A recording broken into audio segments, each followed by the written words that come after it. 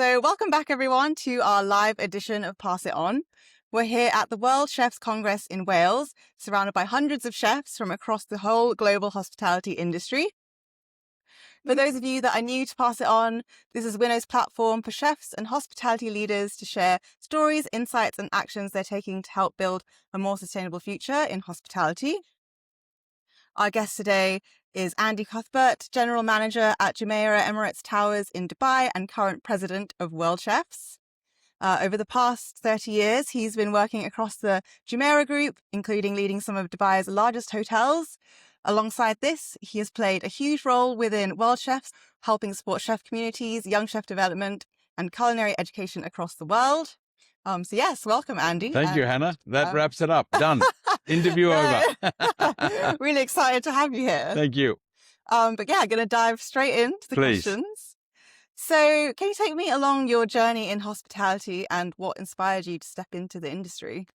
I come from a very humble background in Melbourne, Australia. My mother was a kindergarten teacher and my father was a motor mechanic.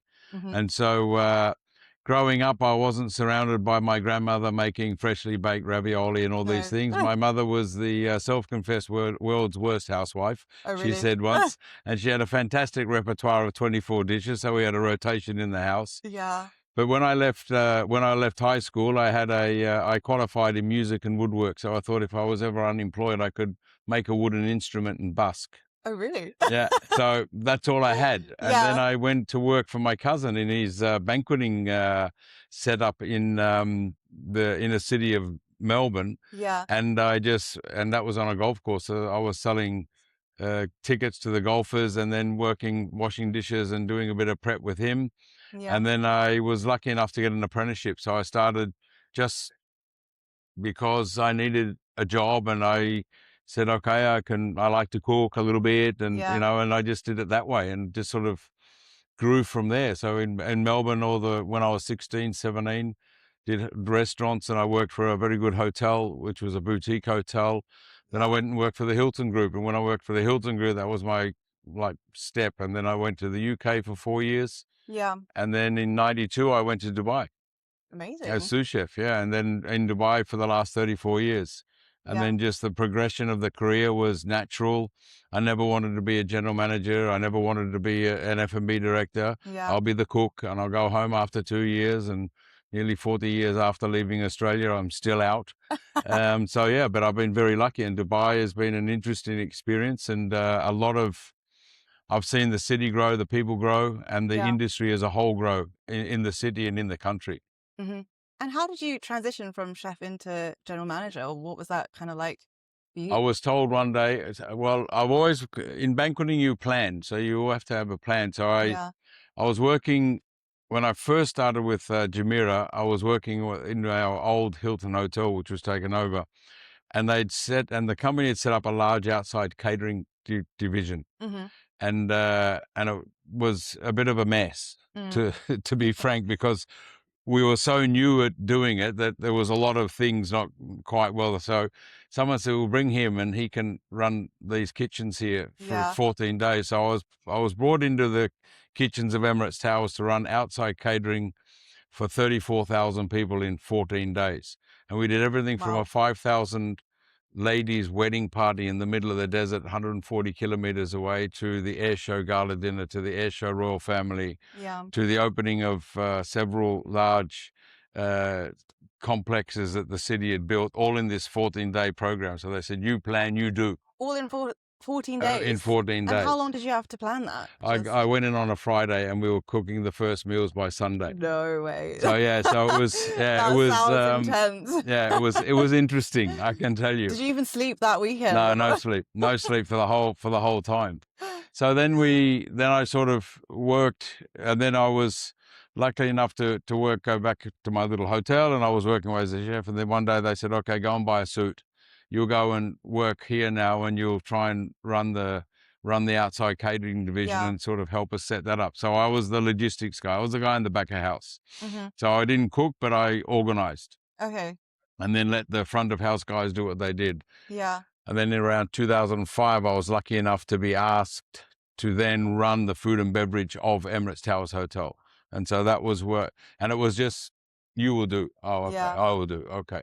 And I learnt from very, very good hoteliers, and I had people that trusted me and trusted in me, especially the general manager at the time, the leader of the company, and the guys that I was working with in Emirates Towers Hotel was just superb. And we were running we were running the best Mm. hotel restaurants in the Middle East. Or in the That's, world even. yeah, I mean, they were really cool. I Yeah. mean, we had concepts that were ahead of their time, concepts that people still talk about now. So I was very lucky that way. So it was sort of just, okay, go and buy a new suit and, Yeah. then do Just that. like that. And then do front of house, I mean, 19 restaurants, 600 staff in food and beverage, Yeah. plus the outside catering, doing caterings for thousands. And then learning everything, we had beautiful wine bath, triple concept Japanese, fine Yeah. dining on the 50th floor of the hotel. So everything Sounds was, incredible. yeah, it was incredible. Yeah. Amazing. Thank Yeah. you. And Well, then they say, go and be a general manager. Okay, now be general manager. you can do everything though. Yeah. Do you prefer one or the other, or do you prefer being back of the house, or? I like what I really enjoy is when we do the large events and pulling everything together, and then getting the team to push through. If you do a function for 2,000 people, some people go, Yeah. it's only 10 functions of 200. Mhm. So it's how you Break it sort of break it down, Yeah. and then as long as you got a plan, we're all good. Yeah. So best time is when I go home and cook. I still like to cook at Yeah. home, but I let you employ chefs to cook, so I don't interfere too much. I think I guide more than I would dictate, but sometimes I have to dictate, but that's the way it is. But I've been lucky enough to be surrounded by very good people, and also what we do is at another level. So we're Yeah. very lucky who we work for and where we work and what we do, and that makes us quite a unique set of people that run our events. Definitely. Amazing. And you've been talking a lot about these really big events that you've been running. Yeah. Did you see a lot of food waste at these, or was that ever a big thing that came to your attention working at these? Yeah, I these mean, events? the hospitality of Arabia is quite extravagant. Mm. And when you do large events, yeah, there is food waste, yeah. And over the years, as the country and city, I'll talk from a Dubai-centric sort of aspect. Food waste and sustainability. When we were children, we used to collect the newspapers and put them under the house and take them to the church. So we learnt recycling. Yeah. But in our country, recycling is now growing and getting bigger and bigger, sustainability. So there wasn't a lot of formal education. Plus, we have a lot of foreign workers. There's over 200 nationalities working in the country. So the levels of understanding of sustainability and food waste and recycling, we've done a lot of education of ourselves. Mm-hmm. So the food waste was a lot. Yeah, I must say. But then the first president of the country, His Highness Sheikh Zayed, he made a decree about, he's passed away now, 20 years ago, that the amount of food that was going for the weddings, so the men's weddings, it's not men getting married, it's a men's wedding party, and the ladies had to change. So there was a shift directed by the president that the men, you can have an afternoon tea basically, and the girls will take care of the girls. But then the way the functions were done, they went from these very overly laden tables of food on the table to being set menus, to being small sharing tapas, meze. So they shifted their expectation as well. So, in the old days, it'd be one Uzi or a whole sheep per table of 10, plus all the other food. So how was that kind of received when that first changed? That switch? It was, for some of us, it was a great step forward. It took some people the understanding. Oh my goodness, I can't have that anymore. Okay, so it was a learning for the country. But it was also it was a good shift because it came straight from the ruler. So this is what we're going to do. So everyone sort of slowly followed suit. Yeah, and it's still changing. It's still evolving as well, because we have many cultural aspects. And then events that we do, Ramadan especially, with iftar and the suhoor period. Iftar is always an interesting event where fasting all day, then break the fast. But the amount of food waste is still considerable because the eyes are sometimes bigger than what the stomach can take, especially if Definitely. we've been fasting for Yeah. 14 or 15 hours. So, and that's changing as well. So there's a lot more conscious awareness over the last nearly 35 years of what the customer will accept, if you know what I mean. Yeah. So it's and there's so many different nationalities, so many different cultures to actually deal with in the UAE as well. So it's challenging, but the acceptance is there, especially around the single-use plastics and all these Yeah. sort of things. Green energy. Yes, we're an oil country, but there's solar power coming. There's things on the way. There's nuclear power plants. So it's a whole learning for the country as well around not just food waste but sustainability, I would say. Definitely. Yeah. We work with a lot of hotels in the UAE. And like you said, Ramadan is Yeah. a big time for waste. So Yeah. have a lot of campaigns running, Green Ramadan with Hilton, Yeah. trying to cut waste during that Yeah. time. And yeah, our data really does help with that. Yes. Yeah. True. But yes, thank you for that. And then on to the next section is about ingredients of success. What would you say your ingredients for success are? How have you got to your position today as general manager and World Well, Chefs president? take every opportunity that's afforded to you. Yeah. Take the chance. Just go for it. Yeah.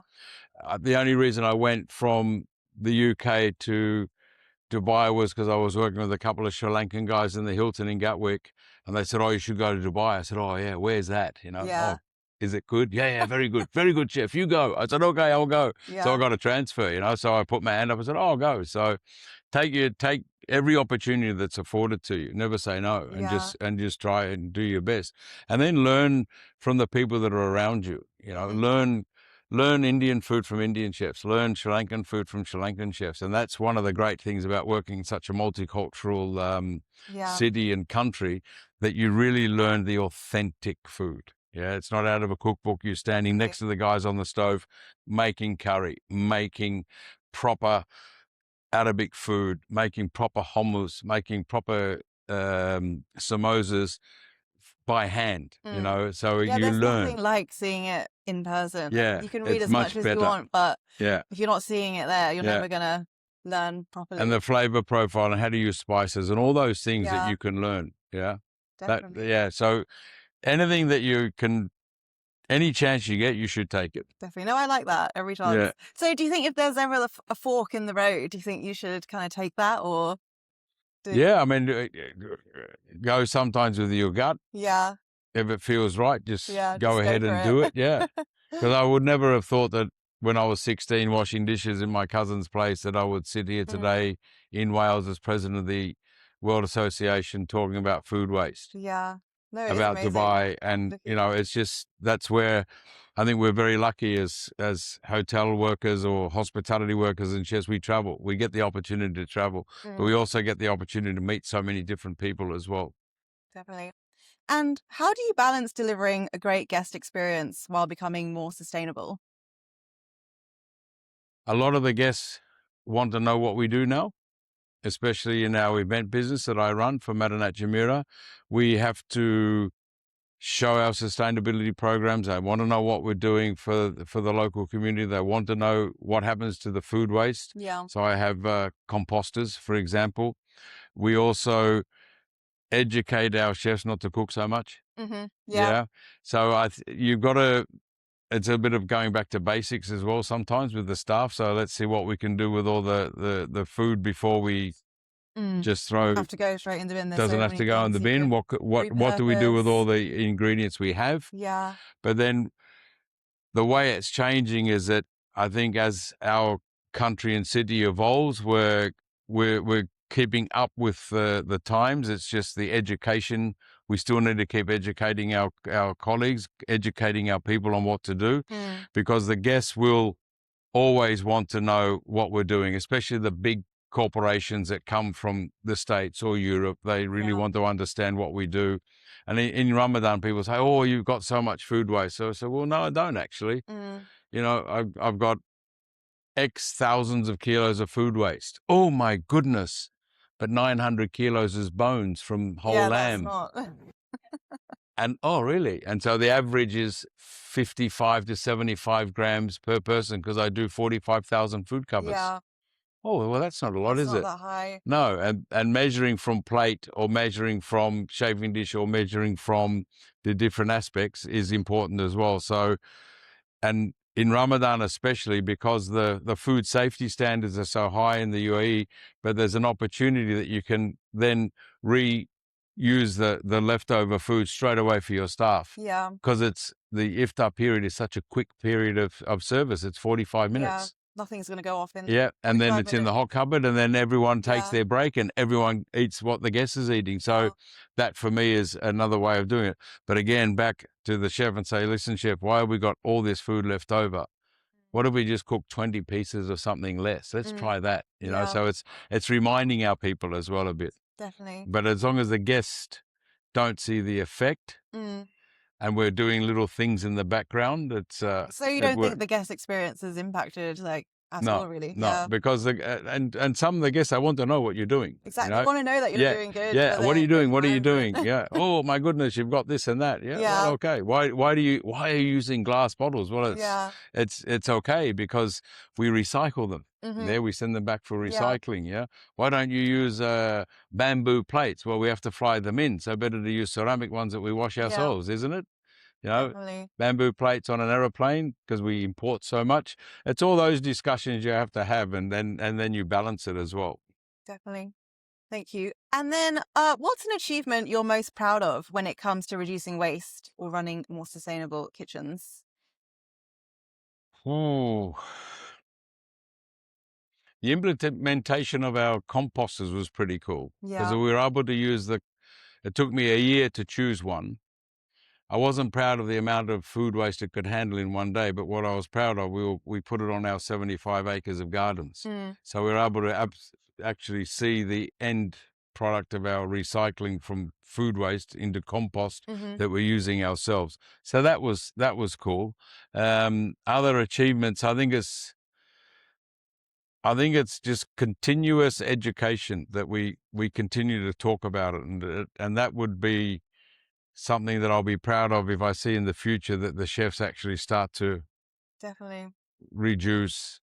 They look at what they're really doing. They're learning how to use every single product, you know. Yeah. In a small restaurant, it's different to a large organization, large hotel company or a large event company. So, you know, there's a fine balance between dictating to the chefs what they should do and just Yeah. educating. Yeah. So yeah, a few things that we've done over the past years have been quite good. But the composter, that was cool. Yeah, no, it's quite, Yeah. so I'm surprised whenever I hear like restaurants that aren't doing that because Yeah. it's quite simple, like, and so effective. Yeah. But I think it should be a standard Because thing when that I all, was an apprentice, we used everything. yeah. You know, and the only thing that went in the bin was the leftovers from your stock or Bones. the stuff that came from the guest plate. You know, Yeah. everything else was utilized. Yeah, because that's just the way we did it. But as standards change or health and hygiene and that sort of stuff changes, you know, we have to adapt as well. So then that is a bit of a challenge for me personally that, you know, we have to, oh, you can't use this after 3 hours. Okay, then let's put it in smaller bowls and then we Yeah. turn it over more. So it's fighting the um it's fighting the standards or fighting against the laws to make it okay. If I'm not allowed to keep it 3 hours, fine, I'll keep Yeah. it 30 minutes, yeah, and change your bowls more often. All these simple things, but I think we don't talk about it enough as well in some of our industries. We're definitely trying to talk about it more. Like you Yeah, being here will help as exactly. well. Yeah, spread yeah. spread all the education. But yes, last question here actually. What advice would you give to other GMs wanting to run a more sustainable kitchen? Involve your people. Don't dictate. hmm Make sure that the chef, the F&B, the waiters, the chefs, the engineers are involved. Yeah. So everyone has a bit of an understanding of what the end result's going to be, and make sure that they buy in from the very beginning. Don't just say we're going to do this. You have to do it because it just doesn't work. Look at your existing operation and then, you know, ask people to go back in time and see what we were doing 5, 10, 15, 20 years ago. What can we adapt? Yeah. But make sure you involve your people. It doesn't work if you just say, right, we're doing this today. Yeah, definitely not like that. There's always someone going, no, I'm not. Mm. So you really got to educate them on why we want to do it and what is the benefit. And it's not always financial. It's, we're Environmental talking aspect, social exactly. aspect. Yeah. Definitely. I think that's so important about the why. Like, if people don't understand the why of what they're doing, they're never they're gonna be like, oh, they're dictating me. Yeah. And not take exactly. it seriously. Yeah. But that's a good piece of advice. And if you're working with different cultures and you're working with different people and different levels of education, you have to train them from the very beginning. Yeah. You have to really go back and train them from the very beginning. Mm-hmm. Some of the people we work with from the countries, they don't have recycling. Yeah. It So just doesn't exist in the village. when they start recycling, they're like, what is this? Yeah. We live in the Philippines. Yeah. And so in my little part of the world, I was segregating the rubbish, and my brother-in-law, he just looks at me shaking his head. He said, you're mad. I said, don't worry, we'll get there, and then we'll find someone to collect the plastic and collect the bottles and collect the glass. We'll find someone in the village that they can go and sell. Mm-hmm. Instead of just burning it or dumping it in the drain. So that's my own little bit of paradise in the world. So I'll try and do my little bit. Definitely. I'm half Filipino, so yes. Yeah, exactly. Trying to save that beautiful part of the world. Yeah, very true. And then actually I've got a quick fire round just to finish off. Okay. So, one word to describe hospitality. Fantastic. Fantastic. Yes. What would your final meal be? Big one. Big one. Big of what? Plenty of charcuterie from Luxembourg. Which one? Sorry, Charcuterie. which one? Salami, pork, sausages, ham, charcuterie. Sorry, yes, I'm Australian. Charcuterie. Yeah. I was like, and a decent Australian steak. Yes, I've heard the with steak béarnaise is sauce good. and wild mushroom saute in goose fat. Done. That would be enough. One trait every GM needs. Gotta love your people. One thing the industry needs to change. Oof. Only one? The biggest thing. Don't forget why we entered into the industry. Yeah. Don't forget that true. we serve people and we are hospitable. We are not hostile. I think that can get lost sometimes, like in the daily stress. Yeah. We're here to serve people, Yeah. not to serve the profit line. One person or platform that inspires you. Oh, my mother inspired me to become a cook after my father told me I didn't have the brains to be a motor mechanic. Oh. He said that to you. Yeah, that was a good one. Dad was honest. At least he's honest, right? People that have inspired me. I've been very lucky to have people throughout my career and life that have taken care of me or steered me in the right direction. Yeah. Your parents are always there. Yeah.